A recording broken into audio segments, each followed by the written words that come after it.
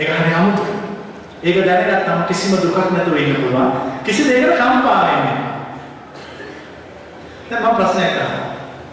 දැන් මෙතන ඉන්න අයට පොඩි දෙයක් වුණත් කම්පා වෙනවනේ සිත. එහෙම වෙනවද? හොඳට මතක තියාගන්න තමන්ගේ දුර්වලතාවය. කම්පා වෙන දුර්වලතාවය. මම ප්‍රශ්නයක් අහනවා. ඕකෙන් ගැලවෙන්න ඕන නැද්ද? ඕකෙන් ගැලවෙන්න ඕන සෝදාපන්න භාවය. යතින්ද කීලෝ පඨවින් සිතෝසියා චතුර්විවාදේනි අසම්පකාන්තියෝ තතෝපවංස පුරිසං අදහාමි යෝවාරිය සත්‍යාන වෙච්චපස්සති ඉදම්පි සංගේරතං. ඒ සංගභාවයට පත්වෙච්චේවත් මාර්ගඵල අවබෝධ කරගත්තු ආර්ය ශ්‍රාවකයෝ ඉන්ද්‍රකීලයක් වගේ. ඉන්ද්‍රකීලයක් කියන්නේ නගරයක මැද හිටවල තියෙන මහා කණුව. ඒක හොල්ලන්න බැහැ. කිසි දෙයකට හේලෙන්නේ නැහැ. යමක් සෙලවේදයි මුසලවේදයි බලන්න කුමක් කළ යුතුද? සොලවා බැලිය යුතුද? කියන දේ සොලවා නැතුව සෙලවීමක් නොසෙලවීමක් ගැන කවර කතාවක්? සොලවා බැලිය යුතුද? යම් කෙනෙක් ආර්ය මාර්ගය ප්‍රත්‍යක්ෂ කරගෙන ඔහු ආර්ය මාර්ගය ප්‍රත්‍යක්ෂ කොට ඇද්දයි බැලීමට කුමක් කළ යුතුද? සෙලවිය යුතුද? නිශ්චය කළ යුතුද? සෙලවිය යුතුද? මන් හරියට ප්‍රශ්නේ. ආර්ය මාර්ගය ප්‍රත්‍යක්ෂ කරගත්තු උත්තමයෝ සෙලවෙන තැන්වල සිටීද නොසෙලවෙන තැන්වල සිටීද කියලා. ආර්ය මාර්ගය ප්‍රත්‍යක්ෂ කරගත්තු උත්තමයෝ, ඒ කියන්නේ ආර්ය මාර්ගය ප්‍රත්‍යක්ෂ කරගත් ආර්යයන් වහන්සේලා නොසෙලවෙන වනාන්තරවල සිටීද සෙලවෙන නගරෙහි සිටීද? ස්කෝලර් සෙලවෙන නගරයේ සිටී කියන අදහස. මොකදද? නොසෙලවෙන වනාන්තරයේ සිටී. අමෝලික පුරුකේ. ආර්ය මාර්ගය ප්‍රත්‍යක්ෂ කරගත්තේ නම් ඔහු සෙලවේද නොසෙලවේද? නොසෙලවේ. නොසෙලවේද කියලා බලන්න නම් ඉන්නවන කොතනද? සෙලවෙන තැනක. සියලු ආර්ය මාර්ගයේ ප්‍රත්‍යක්ෂ කරගත්ත උත්තමයෝ මිනිසුන් අතර ජීවත් වෙයි. වැරදි අදහස් නැහැ.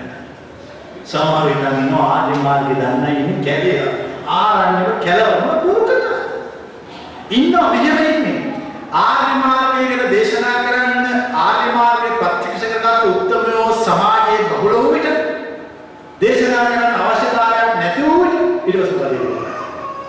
අන්න ඊට පස්සේ කියන්නේ තේරුම් ගන්න මම කියන වචන. ඔය ඔයගොල්ලෝ සමාජයේ විසින් සම්ප්‍රදාය විසින් ගක් වැරදිය වෙන්නේ. හැමෝටම ආර්ය මාර්ගය ප්‍රත්‍යක්ෂ කරොත් ඒගොල්ලෝ කාටවත් කියන්නේ නැහැ. මම මේ ප්‍රශ්න.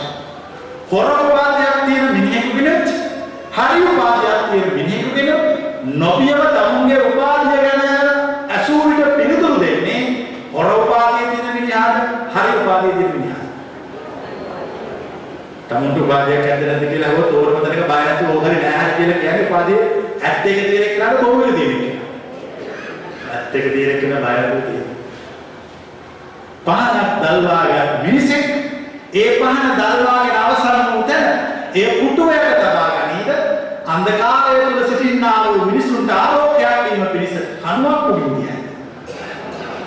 උත්තර දෙන්න.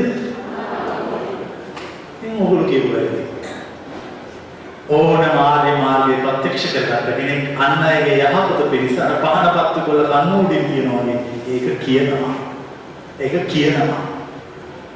තේර ගාථා කියවන්න, තේරී ගාථා කියවන්න, සූත්‍ර පිටකේ සූත්‍ර 100 ගාණක් දහස් ගාණක් කියවන්න. ඒ හැම එකම තියෙන්නේ මම රහතෙක්.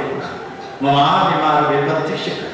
මොග්ගරාය සූත්‍රය කියවන්න. මොග්ගරාය සූත්‍රයේ තියෙන්නේ සති සමාධි ප්‍රඥා කියන මේ ඉන්ද්‍රිය තුන බහුල කළ බැවින් මම රහතෙක් වුණේ.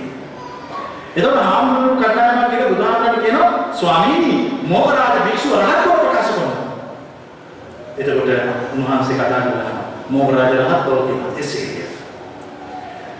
සමාධි ප්‍රඥා පුරුදු කළ බැවින් පංචඵල පංචේන්ද්‍ර පුරුදු කළ බැවින් මම රහතෙක් කියන්නේ. මුතුවර බුදුන් වහන්සේ කියනවා ප්‍රකාශය. පැහැදිලිද? ධම්මදින සූත්‍රයේ කියවන සංයුත්තනිකයි ධම්මදින උපාසකයා බුදුහාමුදුරන්ට කියනවා සෝතාපට්ටි භාවය ගැන කියනවා වහන්සේ කියන සෝතාපට්ටි යන මානකතිදී. ඒ කියන්නේ ඔබ කියනවා.